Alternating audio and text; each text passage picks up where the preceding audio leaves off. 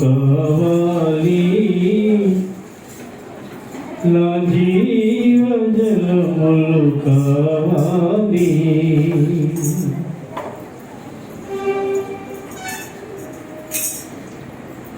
నా దాహము నీలో తీరాలి నా దాహము నీలో తీరాలి నీలో నేను మాలో నీవు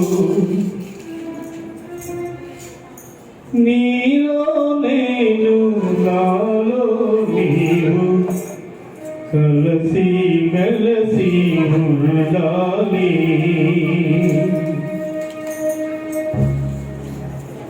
హల్లెలూయా హల్లెలూయా హల్లెలూయా హల్లెలూయా హల్లెలూయా యేసయ్యా హల్లెలూయా హల్లెలూయా యేసయ్యా హల్లెలూయా హల్లెలూయా హల్లెలూయా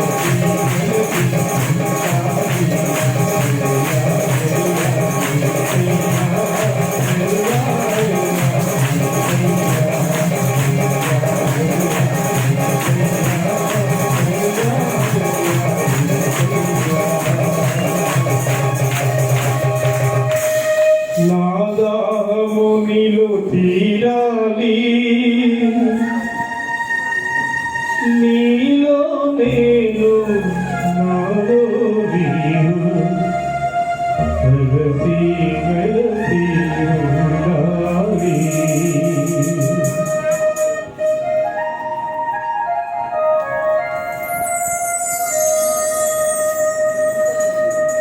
ప్రార్థన చేసుకుందాం. మహానంగా మమ్మల్ని మిగిలిగా ప్రేమిస్తున్న మా ప్రియ తండ్రి, ఈ పరిశుద్ధ పాదసన్నిధిలో కూడి వచ్చే ఉన్నాయన. గత 2 దినాలు ప్రత్యేకమైనటువంటి ప్రార్థనా కూడిక ద్వారా మమ్మల్ని ఎంతగానో బలపరిచినందుకు నీకు వందనాలు. తిరిగి పునరుద్ధానం ఈ ఆదివారం ప్రభా, ఈ ఆగస్టు 1వ తారీఖున ఎలాగ చేరి నిన్ను స్తుతించి మహిమపరచడానికి మరొక అవకాశాన్ని కల్పించినందుకు నీకు వందనాలు. పాటల్లో ఉన్నాను, చక్కటి సంగీత పరిచయలో మీ నామాన్ని మహిమ తెచ్చుకున్నాను. నిబిడలు నిలబడి ఇక్కడ ధ్యానకీర్తనలో నాతో ఏకీభవించారు. వారి సమస్యలు ఎత్తిపెట్టి నిలబడి కొంతమంది ప్రార్థన అవసరం చెప్పారు. మరికొంతమంది నువ్వు చేసిన మేళ్ళని బట్టి సాక్ష్యం ఇచ్చిన గణపరిచారు. నిలబడి నన్ను కూడా ఒకసారి జ్ఞాపకం చేశాను. ఈరోజు కొద్ది నిమిషాలు నీ అమూల్యమైనటువంటి మాటలను లేఖనాలు చూపించి మాట్లాడటానికి సహాయం చేయి. వచ్చిన ప్రతి ఒక్కరూ శ్రద్ధ కలిగి నీ మాటలు వినాలయ్యా. దేవా, నీ మాట వినేటప్పుడు భయంతో వినాలి ఆయన. భయం లేకుండా మేము భక్తి చేయటం వల్ల ప్రయోజనం లేదయ్యా. నీ మాట మేము కోల్పోతే మేమే నష్టపోతాము అని ఒక ఆలోచన కలిగి మేము ఈరోజు ఈ ఉదయకాలంలో నీ బలమైన నీ విలువైన అయా మాటలు విని మా ఆత్మలని బలపరుచుకునేటువంటి కృప దయచేసి మహిమా ఘనత ప్రభావాలు మీరే పొందుతామని అత్యల్పుడను దీనుడను నీ దాసును నిలబడి నన్ను మరుగుపరిచిన ఎడుతు రాకపోతే అభిషేకించమని వచ్చిన ఆత్మీయులందరినీ కూడా ప్రతి ఒక్కరితో మీరు కలవరించమని, ప్రతి ఒక్కరితో మీరు మాట్లాడి తగిన సహాయం చేయమని మా ప్రభువైన యేసుక్రీస్తు పరిశుద్ధ నామములో ప్రార్థిస్తున్నాను మా పరమ తండ్రి. అందరూ గట్టిగా చేతులు స్తోత్రం చెప్పండి.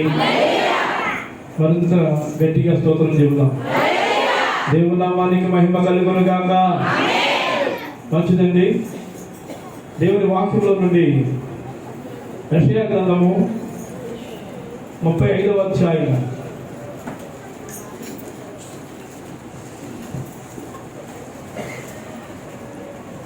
2వ వాక్యాన్ని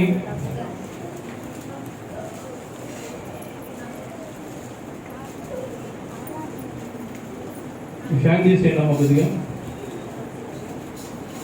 నా ఫ్యాన్ తీసేయండి.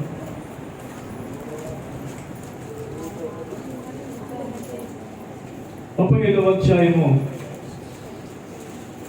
1వ వచనం చదువుతాను. దయతో ఆ మాటలను మీరు పరిశీలన చేయండి.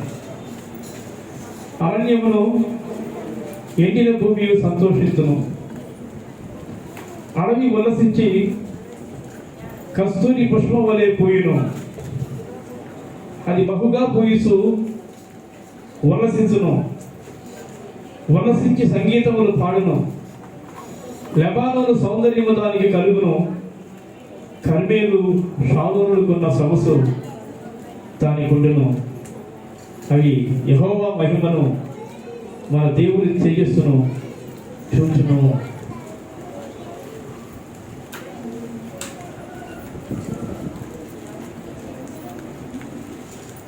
వీళ్ళలా ఈ వాక్యాన్ని మనం పరిశీలన చేస్తే భక్తుడైనటువంటి యెషయా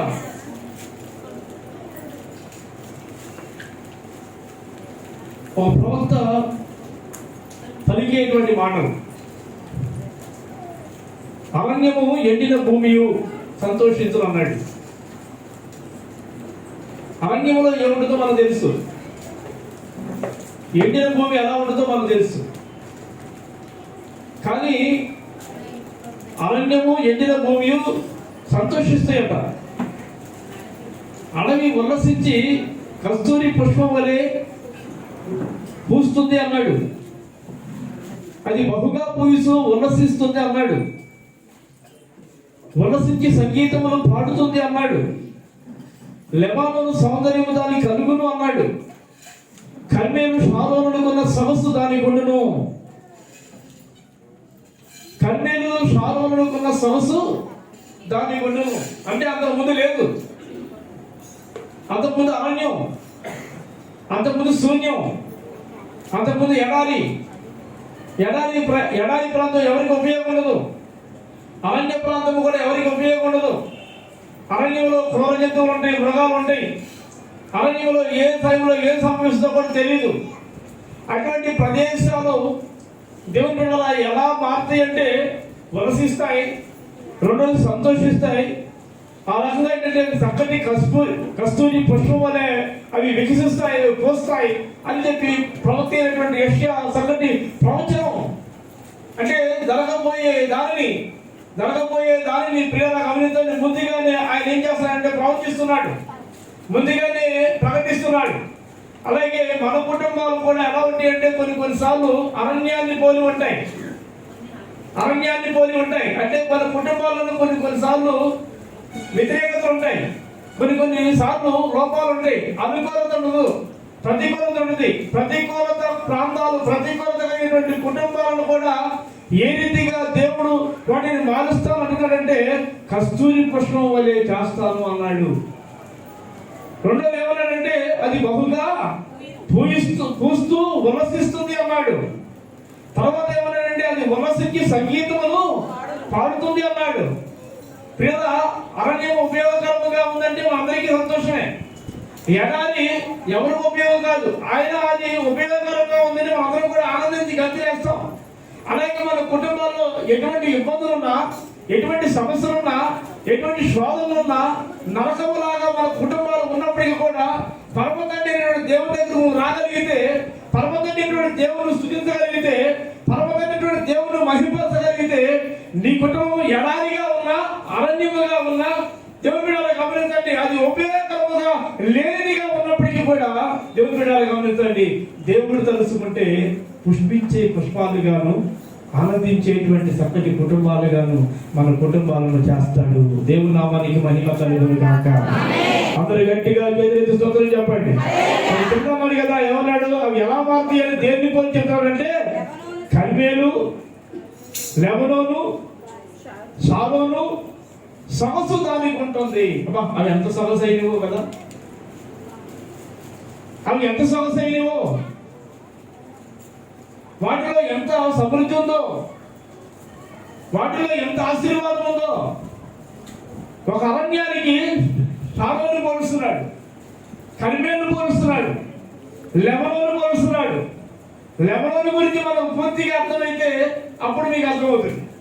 కర్మేలు గురించి మీకు పూర్తిగా అవగాహన ఉంటే అప్పుడు దాని గురించి మీరు తెలుసుకోగలుగుతారు. షారోను అంటే మన మదరి పేరు కూడా అదే. దేవుని నామానికి మహిమ కలుగును గాక. మన మదరి పేరు ఏంటి? షారోన్ ప్రార్థనా మందిరం, Sharon Stuti Aradhana Mandiram, Sharon praise and worship church.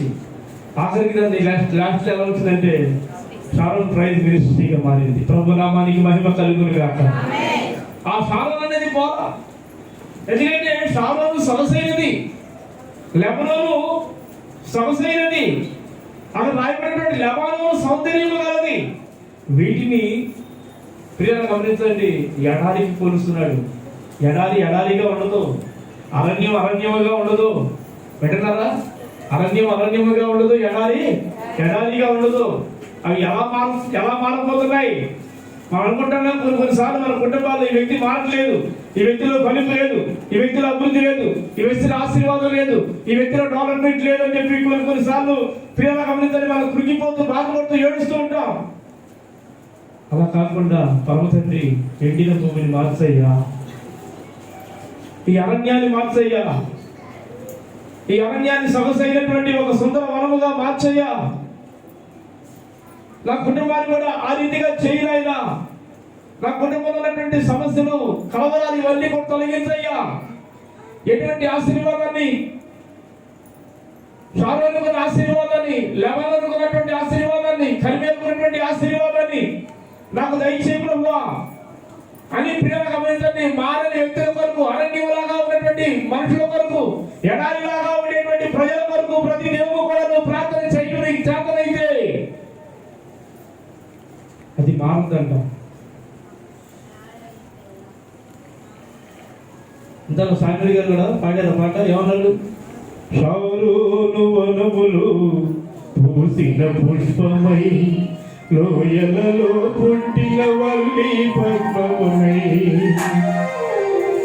Sharon వనములు పూసిన పుష్పమై, లోయలలో పుట్టిన వల్లి పద్మమునై.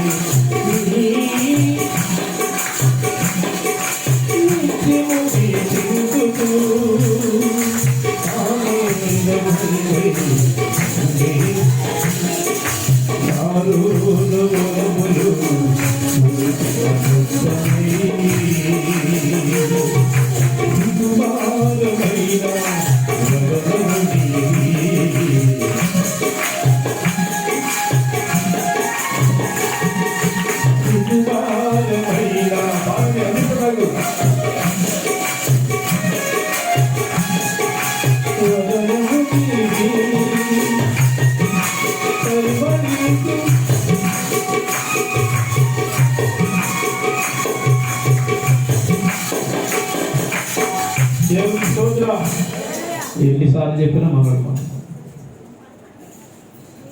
మైకి దగ్గర పెట్టుకోరు. అప్పటికప్పుడే కొద్దిగా పాడగలిగిన వాళ్ళు మైకి దగ్గర ఉండాలి. దాని 2 మైకులు ఎందుకు చూసుకుని ముగిసిపోటాక దేనికమ్మా?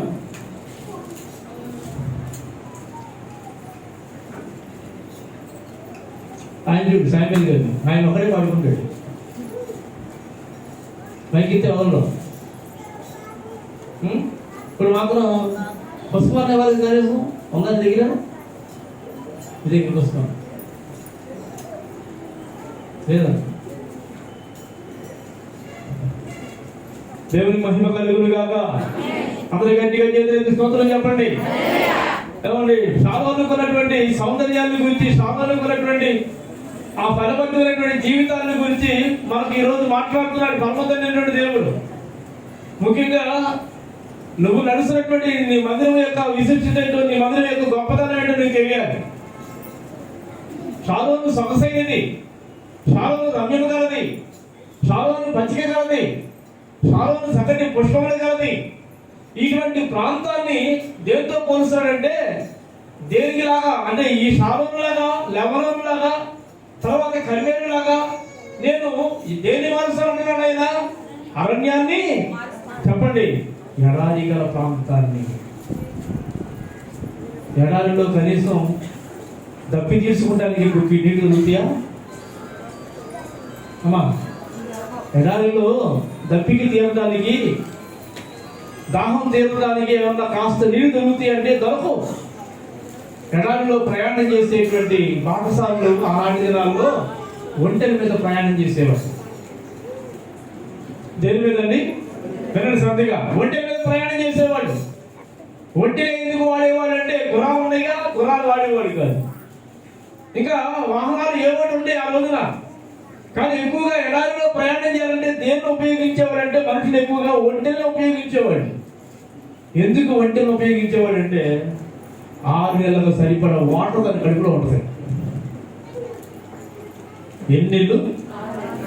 6 నెలలకు సరిపడా వాటర్ దాని కడుపులో పీల్చుకుంటుంది. సంచే దేవుని నామానికి మహిమ కలుగును గాక. ఆ ప్రయాణం చేసేటప్పుడు ఇంకా దేన్ని వాడినప్పటికీ కూడా చచ్చిపోతామో నీళ్ళు లేక అది లేక అని చెప్పి వాటిని ఉపయోగించేవాడు కాదు. ఒక ఒంటిని ఎందుకు ఉపయోగించేవాడు అంటే 6 నెలలకు సరిపడా వాటర్ దాన్ని చాలు, ఒక్కసారి తాగుతుంది. ఆ నెలవరకు దాన్ని మంచిగా అనేది ముట్టుకోకపోయినా పర్లా. ఆ నెల్లు అది ఏం చేస్తుంటే ఇక ఏమాత్రం కూడా ప్రయాణంలో వెనకబడిపోకుండా ప్రయాణాన్ని కొనసాగించబడుతుంది. ఎందుకంటే దానికి 6 నెలల సరిపడా వాటర్ ముందే సిద్ధం చేసుకున్నది కాబట్టి చక్కగా ప్రయాణం చేస్తుంది. రెండోది, దాని మీద మేము ఉంటే మధ్యలో ఎక్కడ అది ఆగదు, అది పడిపోవడానికి నీరసించి పడిపోవడానికి అవకాశం ఉండదన్న ఉద్దేశం చేత ఆనాటి దినాల్లో దూర ప్రాంతాల్లో ప్రయాణం చేసేవాళ్ళు ఎక్కువగా ఒంటెలను ఉపయోగించుకునేవాడు. వింటున్నారా? దేని ఉపయోగించుకునేవాడు అండి? ఒంటెలు ఉపయోగించుకునేవాడు. ఎడారిలో కనీసం సౌకర్యం దొరకవు. ఎడారిలో ఏ మాత్రం మనిషికి ప్రయోజనమైనటువంటిది కాదు. ఎక్కడ కూడా నేను తలదాల్చుకుంటే ఒక చెట్టు కానీ, ఒక మొక్క కానీ, ఒక తెండ, ఒక ఫలం కానీ, ఒక కాయ కానీ ఏది కలవదు నీకు. ఎడారి అంతా అంత భయంకరమైనటువంటి, ఎవరికి ఉపయోగపడినటువంటి ప్రాంతం. అడవంటే తెలిసిందే. అడవిలో ఉంటాయా? ఏమన్నావు? ఉంటాయి. కాకపోతే మనం దానిలోకి వెళ్ళి నిలబడి ప్రవేశించి దాంట్లోకి వెళ్ళి మనకు కావాల్సిన పళ్ళు, ఆకులు, కాయలు కోసుకుంటానికి అవకాశం ఉండదు. ఎందుకని? ఏ మూల నుంచి ఏమవుతుందో తెలవదు. అది కూడా మనిషికి ఉపయోగం కాదు. అది కూడా దానివల్ల కూడా మనిషికి ప్రయోజనం లేదు. అందుకనే అరణ్యం ఉపయోగపడదు, ఎడారి ఉపయోగపడదు. కానీ ఉపయోగపడనటువంటి ప్రాంతాలను వినండి, ఎందుకు పనికిరానటువంటి ప్రాంతాలను ఏ రకంగా దాన్ని మారుస్తారంటే, ఎలా మారుస్తారంటున్నారంటే, లెబనోను లాగా మారుస్తాను, కర్మెలు లాగా మారుస్తాను, షారోనుకున్న సమస్య దానికి ఉంటుంది. అవి యెహోవా మహిమను మన దేవుని తెలియజేస్తుంది. ఎప్పుడు కూడా చూస్తాయి, ఎప్పుడు కూడా చూస్తాయి. ప్రభునందు ప్రియ దేవుని సంగమా, మరొక మాట మీకు నేను చూపిస్తాను. పరిశుద్ధ గ్రంథం 32వ అధ్యాయం యెషయా గ్రంథంలోనే 9వ వాక్యాన్ని ఒకసారి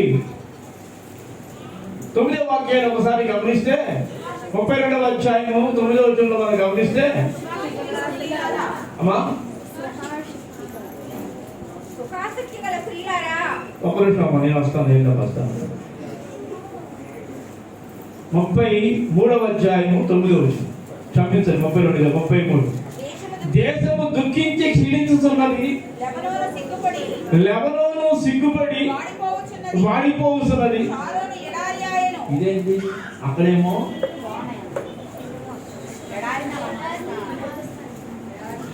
అక్కడేమన్నాడు? ఎడారిని షారోనులాగా మారుస్తానన్నాడు. లెబనోను కూడా బాగుంటుంది అన్నాడు అక్కడ, కర్మేలు కూడా బాగుంటుంది అన్నాడు అక్కడ. కానీ జస్ట్ ఒక పేపర్ తిప్పేటప్పుడు కదా దాని జీవితం బట్టబయలు వెళ్ళిపోయింది.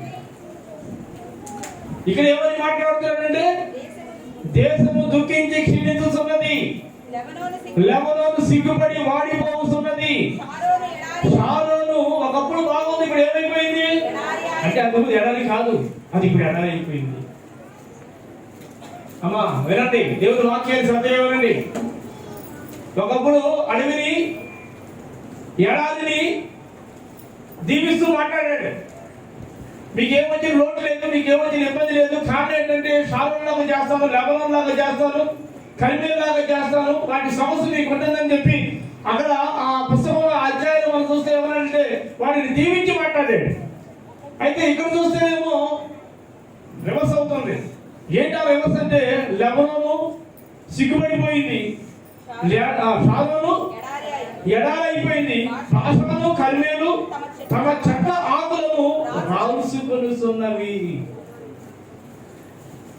ఇందులో ఏముందంటే గర్వం. నాశనానికి ముందు గర్వం నడుస్తుంది. నాశనానికి ముందు గర్వం నడుస్తుంది. బాగున్నది పాడైపోయిందంట, సుందరంగా ఉందంట, ఒకప్పుడు రమ్యముగా ఉందంట, అందంగా ఉందంట, సొగసు చూడతరమా అంటుందంట. ఎవరు సొగసు? షారోనుది, లెబనోనుది, కర్మేలుది, బాషాను. ఈ ప్రాంతాలన్నీ కూడా పోటాపోటీగా ఉన్నాయి. ఏది తక్కువ కాదు. ఒకదాని నుంచి ఒకటి, ఒకదాని నుంచి ఒకటి, ఒకదాని నుంచి ఒకటి, ఆ రీతిగా అంత సౌందర్యాన్ని కనపరుస్తున్నాయి. అందరికీ కూడా మీ ఆశీర్వాదకరముగా ఉన్నాయి. కానీ ఇక్కడ చూస్తే ఏమన్నాడు? షారోను ఎడారి ఆయను అంటే అంతకుముందు ఎడారి కాదండి, ఇప్పుడు ఏమైంది? అర్థమైందా? అంతకుముందు ఏముంది? ఎడారి కాదు. అంతకుముందు ఏముంది? అక్కడ సమృద్ధి ఉంది. అంతకుముందు అక్కడ ఏముంది? ఫలభరితమైనటువంటి పుష్పాలు, ఫలభరితమైనటువంటి పండ్లు, ఫలభద్రైనటువంటి పచ్చిక, ఫలభద్రైనటువంటి ఆశీర్వాదం, ఇవన్నీ ప్రభునందు ప్రియులారా గమనించండి ఆ ప్రాంతాల్లో ఉన్నాయి. కానీ ఇప్పుడు ఏమైపోయాయి ఏంటంటే ఎడారిగా. మన షారోను ఎడారి కాకుండా చూసుకోండి. భక్తి నశిస్తే, ప్రార్థన నశిస్తే వింటున్నారా? దేవుని మాటకు అవిధేయత కలిగి ఉంటే షారోను కానీ, కర్మేలు కానీ, బాషాను కానీ, లెబానోను కానీ సిగ్గుపడి తలదించుకోవాల్సినటువంటి పరిస్థితి వస్తుంది. అప్పుడు చేశాడు ఆయన. అప్పుడు ఏం చేశాడండి? చేశాడు. ఎందుకు చేశాడు? మాట వినకపోవటాన్ని బట్టి, లోపడకపోవటాన్ని బట్టి, భయపడకపోవటాన్ని బట్టి, భయపడి దేవుని ఆరాధించకపోవటాన్ని బట్టి, దేవుని సన్నిధిలో వారి యథార్థతగా ఉండకపోవటాన్ని బట్టి, యథార్థవంతులు భూలోకమును సంతరించుకుంటారని దేవుని వాక్యం చెప్తుంది.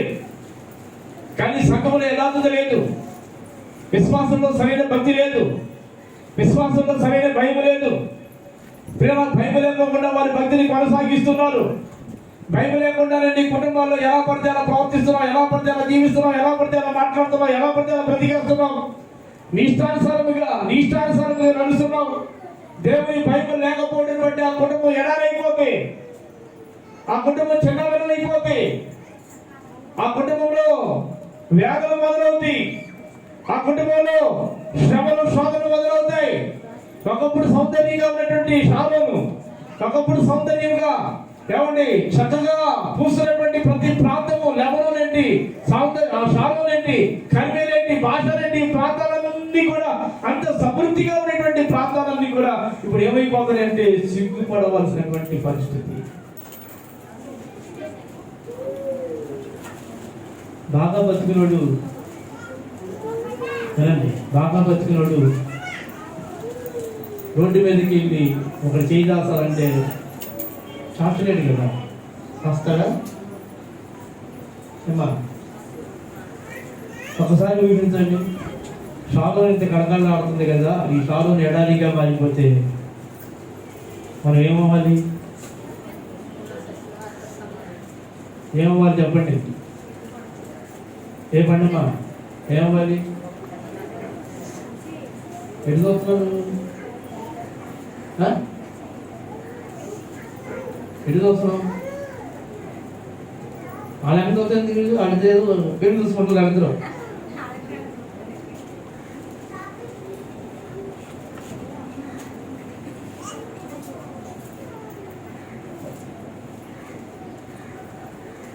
సిగ్గుపడి పని చేయొద్దు.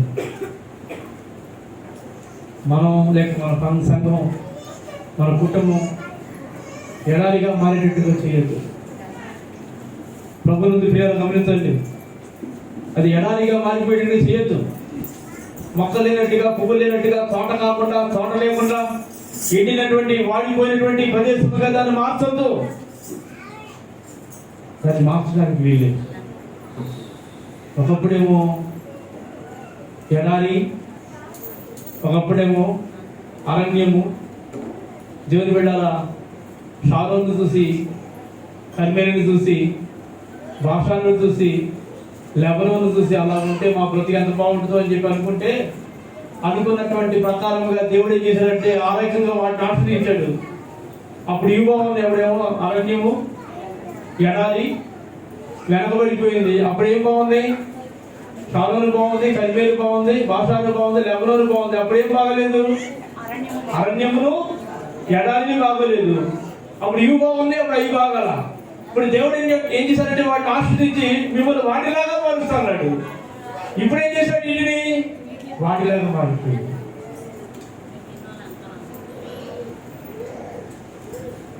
అంటే ముందు జనగా ఎవరి ముందు మన భక్తి కూడా అలాగే మనం చూసారా?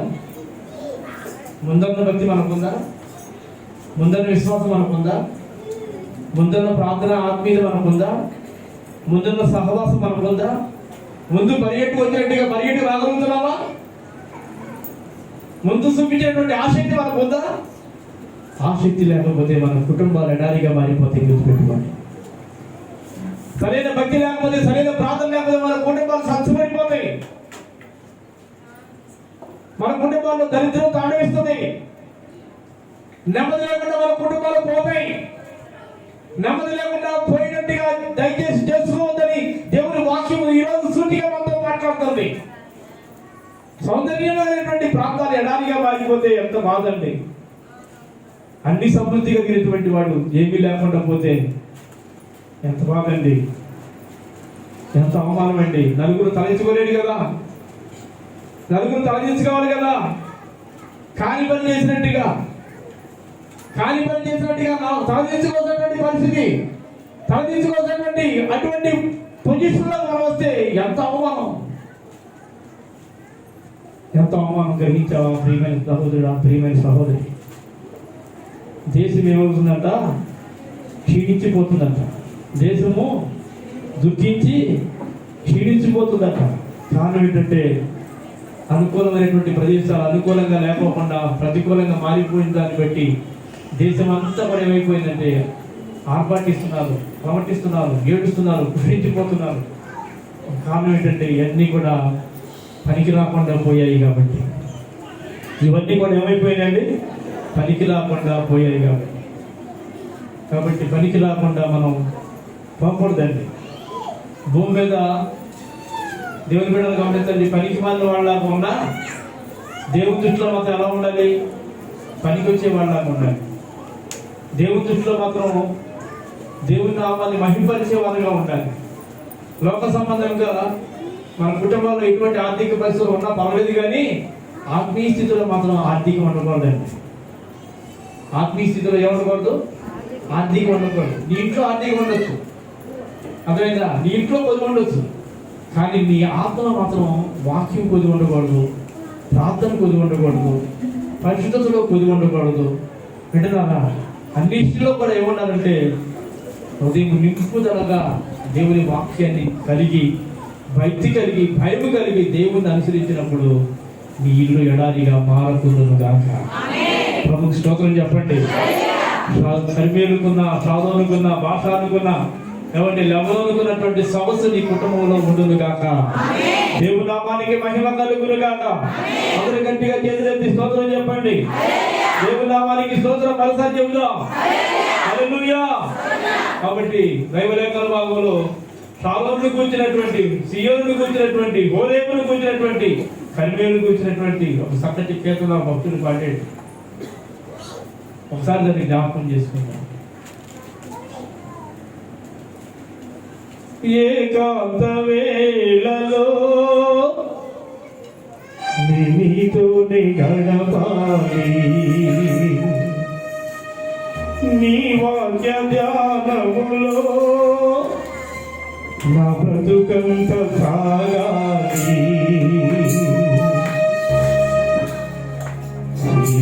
ధ్యానమై మరుని గానమై యుగ యుగాలు నేను నీతో నిలిచి ఉండాలి. సియోనులో నిన్ని చూడాలి, హోరేబులో నీతోనే గడపాలి. కర్మేలులో నీ ధ్యానమే చేయాలి.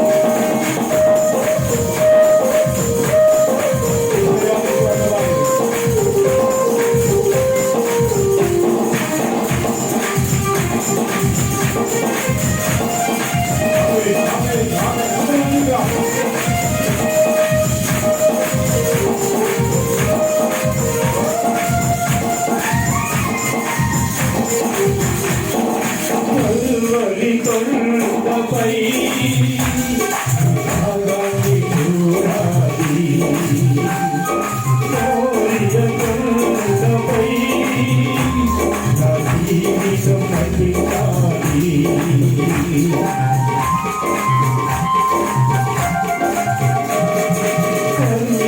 కల్వరి కొండపై సాగని చూడాలి కోరిక కొండపై నా జీవితం నడిచాలి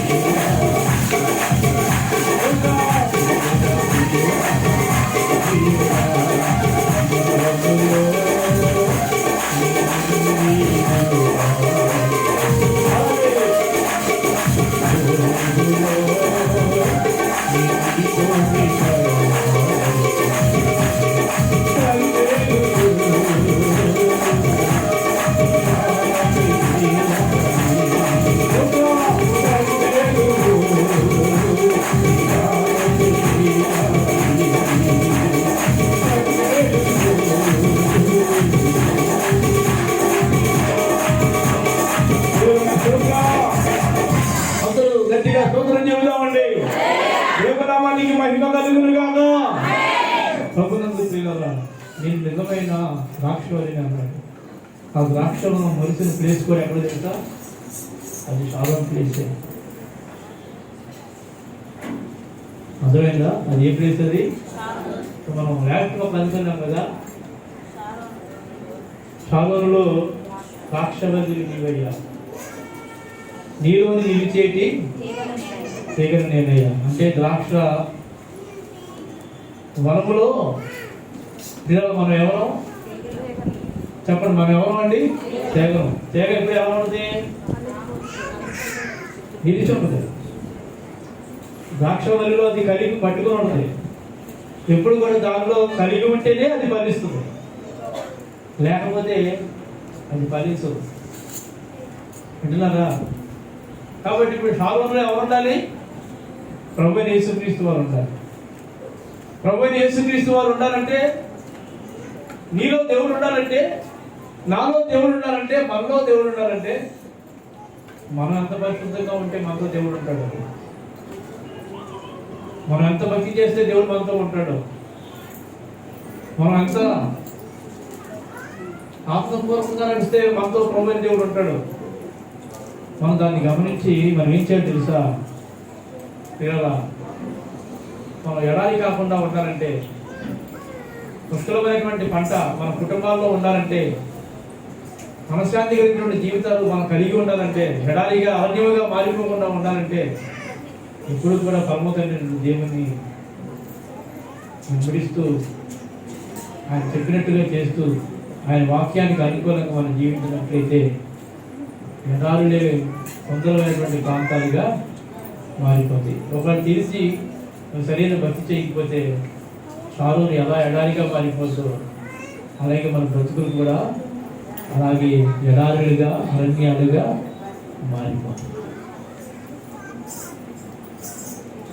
కనీసం ఈ వాక్యం తర్వాత అయినా కానీ నా కుటుంబం ఎడారిగా మారకూడదు, అరణ్యముగా తయారవ్వకూడదు, నిజముగా నిత్యము కూడా షారోనులాగా, బాషానులాగా, లెబనోనులాగా, ఏమండి కర్మేలులాగా నా జీవితాలు ఉండాలి అనేటువంటి ఆలోచన కలిగిన ప్రతి ఒక్కడు ఎలా ఉంటాడంటే ప్రభు అయినటువంటి దేవుని హత్తుకుని ఉంటాడు. ఎలా ఉంటాడు చెప్పండి? ఎలా ఉంటాడు? హత్తుకుని ఉంటాడు. మరొక మాట చెప్తాను, ఇంట్లో వస్తాను, సంస్కారం ఉంది కాబట్టి. పరిశుద్ధ గ్రంథంలో యెషయా గ్రంథం 65వ అధ్యాయం, యెషయా గ్రంథంలోనే 65వ అధ్యాయంలో చివరిగా మాట చెప్పేసి నేను ముగింపులోకి వచ్చేస్తాను.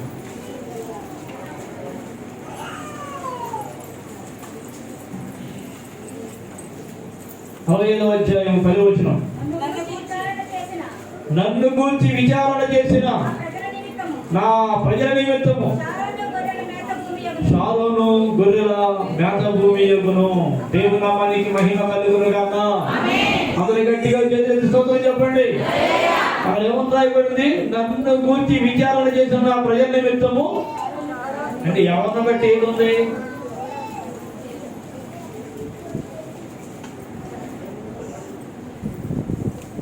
విచారణ చేస్తేనే.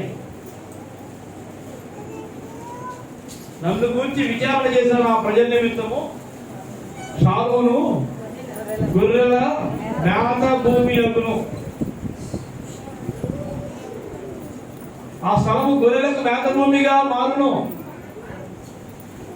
నిజముగా ప్రతి క్రైస్తవుడు, ప్రతి విశ్వాసి, సంఘంలో చేర్చబడినటువంటి ప్రతి ఒక్క వ్యక్తి సంఘం అభివృద్ధి పొందాలి, సంఘంలో సమృద్ధి ఆహారం ఉండాలి, సంఘంలో బలహీనతలు పోవాలి, సంఘంలో ఆరోగ్యవంతులుగా ఉండాలి అని చెప్పి ప్రతి దినము కూడా విచారణ చేస్తూ ప్రతి దినము కూడా ప్రార్థన చేస్తే, ఆ ప్రార్థన చేసినటువంటి వారికి దేవుడు ఏం చేస్తారంటే ఆ స్థలాన్ని, ఆ ప్రాంతాన్ని కూడా ఎలా మారుస్తారంటే గొర్రెలకు మేత భూమిగా మారుస్తారంటున్నాడు. షారోనులో ఏముందంటే పచ్చిగా ఉంది, పచ్చని ఆహారం ఉంది, సమృద్ధి ఉంది. కొద్దిమంది అక్కడ ఆ ప్రాంతంలో లేదు. కాబట్టి ప్రభునందు ప్రియ జన్మడలా, అందుకని మనకి ఎప్పుడు కూడా మన గొర్రెలు ఎప్పుడు కనపడుతుంది కరెక్టా బ్యాంకుల్లో. ఏ బ్యాంకు చూసినా వెనకాల ఏముండాలి? ఏ బ్యాంకుల్లో మార్చు వెనకాల ఏముండాలి చెప్పండి? ముందు గొర్రెలు ఉండాలి. ప్రతి బ్యాంకులో కూడా గొర్రె ఉండదు. గొర్రె లేని బ్యాంకు లేదు. దేవుని నామానికి స్తోత్రం చెప్పండి. గొర్రె ఫ్లెక్సీ అనేది లేదు. ప్రతి బ్యాంకులో కూడా ఏముందంటే గొర్రె కనబడుతున్నాం. ఎందుకంటే ఆ ప్రాంతం సొగసుగా ఉంది, అందంగా ఉంది. రెండోది ఏంటంటే చక్కగా గొర్రెలు కూడా ముద్దుగా ఉన్నాయి. నిజంగా ఒక గొర్రె బ్యాంకు నుంచి బయటకు వస్తే పట్టుకుని ఎత్తుకుని ముద్దు పెట్టుకొని ఉంది. మరి మీకు ఎలా ఉందో నాకు తెలియదు కానీ దేవునికి స్తోత్రం చెప్పండి ఒకసారి. అవునా? చక్కటి పచ్చిగా ఉంది చూడండి. ఆ పచ్చటి ఆహారం, ఆ చెట్లు, కింద కావాల్సినటువంటి సమృద్ధి ఆహారం అంతా అక్కడ ఉంది. వాటికి ఎంత ఇష్టమైనటువంటి ఆహారం అక్కడ ఉందో, ఆ సాధువులో ఉందో, అలాగే ఈశానంలో కూడా అంత సమృద్ధి అయినటువంటి పచ్చి కలిగినటువంటి ఆహారం ఉండాలి, ఉంది, నిత్యము ఉండాలి. దేవుని స్తోత్రం చెప్పండి.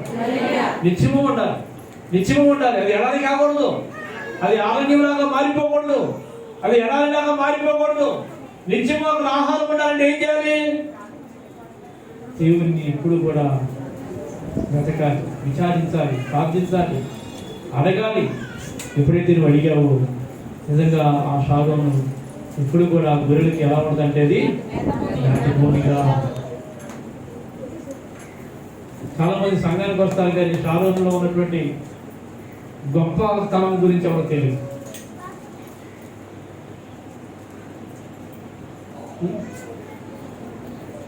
యేసయ్య గారు మాట్లాడుతుంది కదా శాలోము గురించి. ఏ పాట అది?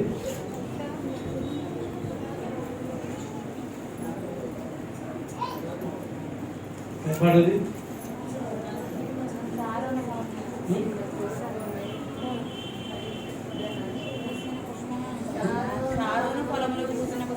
కాదు,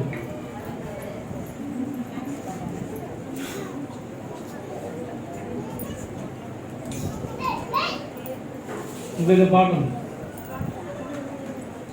ఈ మధ్యకాలంలో. దాని మ్యూజిక్ మాత్రం గుర్తొస్తుంది.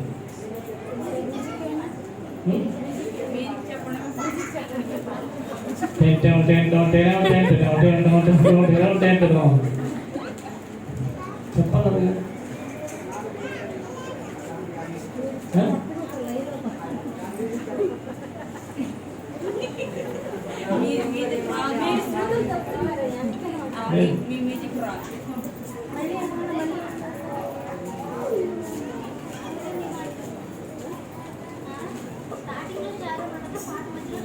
జనరల్ ఉంటుంది.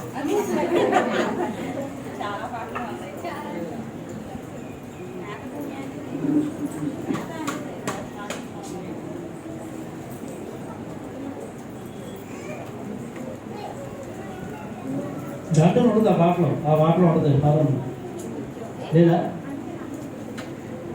నా హృదయములో నీ మాటలే నా కనులకు కాంతి రేఖలు. నా హృదయములో నీ మాటలే నా కనులకు కాంతి రేఖలు.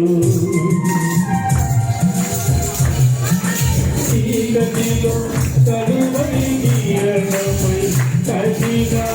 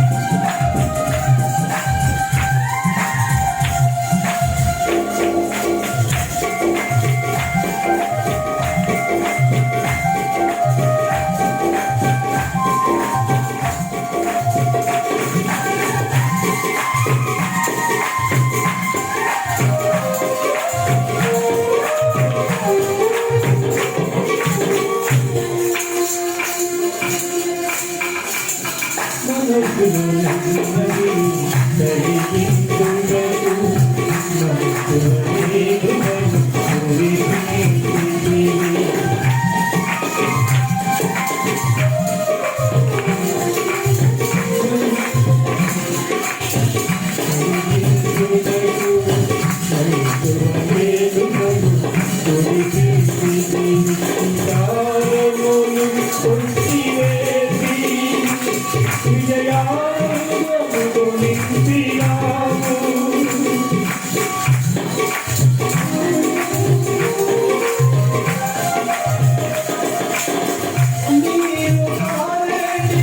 తోటగా చేసి.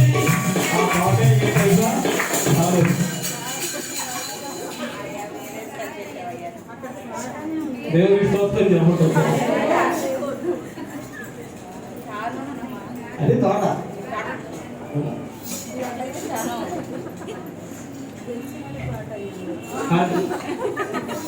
వనాలు నీకు తెలియదు. ఏదైనా వనం ఉంది, సాధన వనం ఉంది. ఏదైనా వనంలోకి ఏం చేశాడు దేవుడు ఆనందం తర్వాత మూయబడింది. ఆ తోట తోట ఆ తోట ఏ తోట?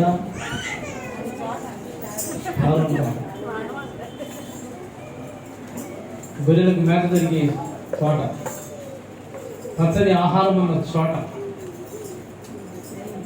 ప్రభు నామానికి మహిమ కలిగిన చోట. దేవుని స్తోత్రం చెప్పండి. అర్థమైందా? షారోను గొర్రెలకు మేత భూమి. ఈ మేత భూమిలో ఏముండాలి? పాటలు ఉండాలి, వాక్యం ఉండాలి, ప్రార్థన ఉండాలి. అమ్మా సంవత్సరం అంతా ఇక్కడ ఉండాలి. సంవత్సరం అంతా ఎక్కడ ఉండాలి? ఇక్కడ ఉండాలి. కొంతమందికి సమస్య లేదు. ఉన్న సమస్యలు ఏం చేస్తున్నారు? పాడు చేసుకుంటున్నారు. కొంతమందికి ఉన్న సమస్య ఉంది. సౌందర్యము గల వ్యక్తులుగానే ఉంటాం. అంటే అన్నీ ఉంటాయి, అన్నీ ఉంటే తెలివి ఉన్నారంటే పాడగలిగే వాళ్ళు ఉంటారు. పాడరు అంటే ఏంటి? ఇప్పుడు మన మధ్యలో పుష్పలత ఉంది. పుష్పలత అంటే ఎవరు? లీలావతి గారికి వాళ్ళు. లీలావతి గారికి ఉన్నారా? ఎక్కడ ఉన్నారు? అక్కడెక్కడ ఉన్నారు. అండి పుష్పలత గారు ఉన్నారు. పుష్పలత గారు చాలా బాగా పాడతారు. ఎందుకంటే పెళ్లిగా బాగానే సౌందర్యంగా, సుందరంగా, మధురంగా, రమ్యంగా, అందంగా. ఇప్పుడు నేనేమన్నాను? ఏ పదాన్ని ఉపయోగించాను? సమస్యలు. దేవుని స్తోత్రం. అవన్నీ కలబోసుకుంటూ చక్కగా పాడి ప్రభుని మహిమపరిచేవాడు. కొంతమంది పెళ్ళిళ్ళైనాక ఏమైపోయారు? పెళ్ళిళ్ళైన తర్వాత ఏమైపోయారు? భక్తి సమస్య తగ్గిపోయింది. దేవుని నామానికి మహిమ కలిగింది. ఎందుకు తగ్గిపోయింది?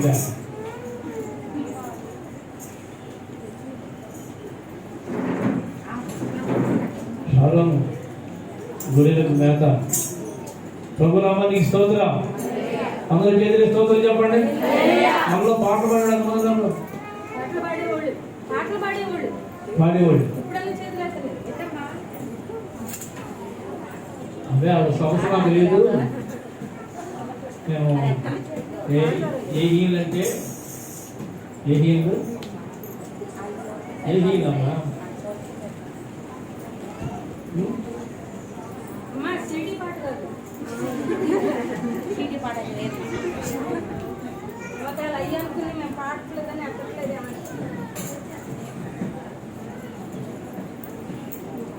దేవి గారు ఉన్నారు. అంతమంది పాడేది పాపం దేవి గారు. సమస్య సమమైపోయింది. ఏమైపోయింది?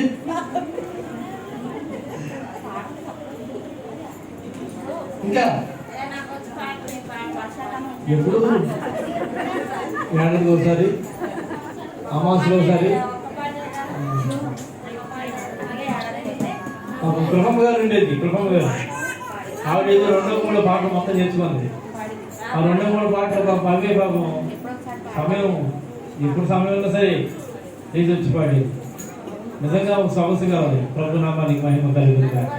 మీరు వచ్చినా మీకు రాలేదు కానీ మీకు సమస్య లేదు. ఏమి లేదు?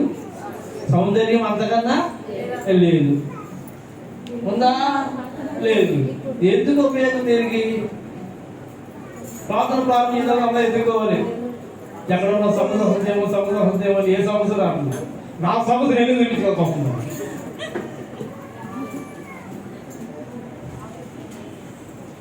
మరి ఈ షారోన్లో ఏముంది? ఆలోచన ఉందా? ఉందా? ఆ షారోన్లో ఏముంది? అన్నీ ఉన్నాయి. మరి ఈ షారోన్లో ఏముందంటే కాన్సర్ గారు ఏముందా?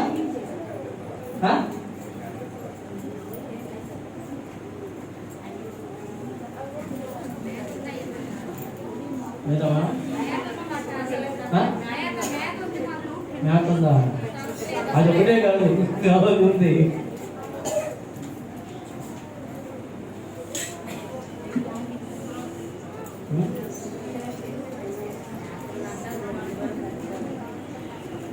అందుకనే ప్రభునందు ప్రియులారా మన మతం చేద్దాం.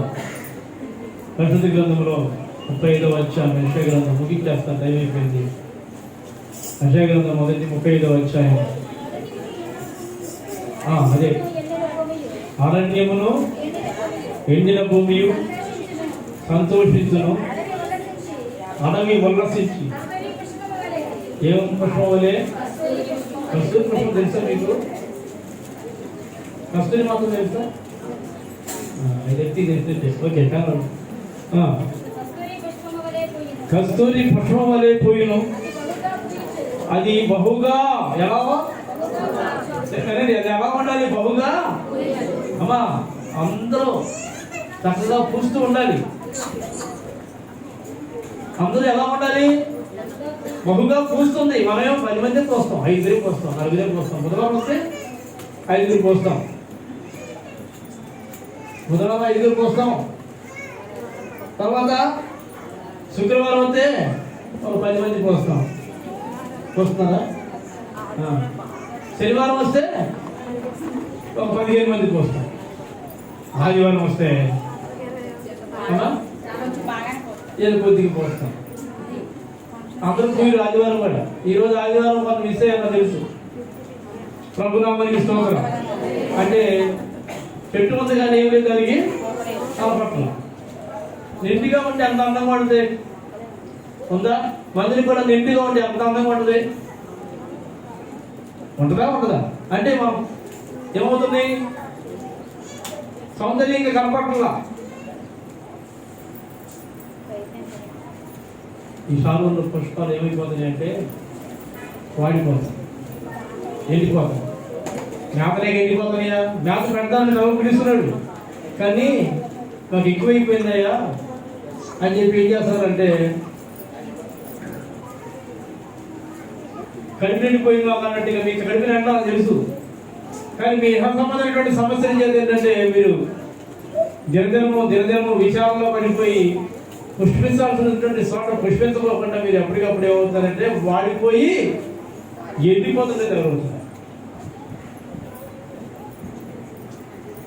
అందుకనే 35వ అధ్యాయంలో చాలా అది బహుగా పూయిసు ఉల్లసిస్తుంది. సంగీతములు ఏంటంట? మనం పాడదామా? పాడం. లెబనోను సౌందర్యం, బాబా లెబనోను సౌందర్యం అంత సువాసనే. చెప్పండి. కర్మేలు షారోనులో ఉన్న సొగసు, అది కర్మేలులో షారోనులో ఉన్న సొగసు అంతా అది యెహోవా మహిమను చూస్తున్నాం. దేవుని స్తోత్రం. ఎప్పుడు చూడాలంట ఆ బిడ్డలందరూ కూడా దేవుని మహిమను ఎప్పుడు కూడా ఏమో చెప్పండి చూస్తూ ఉండాలి. చూసేది ఎక్కడంటే కేవలం అది ఆ ప్లేస్లోనే, ఆ ప్రాంతంలో. కాబట్టి దయచేసి ఈరోజు ఈ మాటలను నీకు ఎంత ఉపయోగపడిన తర్వాత కానీ ఎడారిలాగా అరణ్యులాగా ఉన్న నీ కుటుంబాల్లో దేవుడు షారోనులాగా, కర్మేలులాగా, బాషానులాగా, లెబనోనులాగా ఫలభరితమైనటువంటి కుటుంబాలుగా మనందరి కుటుంబాలను చేసి నడిపించును గాక. అందరూ ప్రియ దేవుని సినిమా దేవుని బిడ్డలారా లేచి నిలబడకపోయే ముందు ప్రభుత్వాల ఆరాధనలో అందరూ కూడా సిద్ధపడదాం. ప్రభుత్వాలు చేసుకొని ఆ తర్వాత ఆరాధన చేసి దైవ సన్నిధిలో ముందుకు కొనసాగుదాం.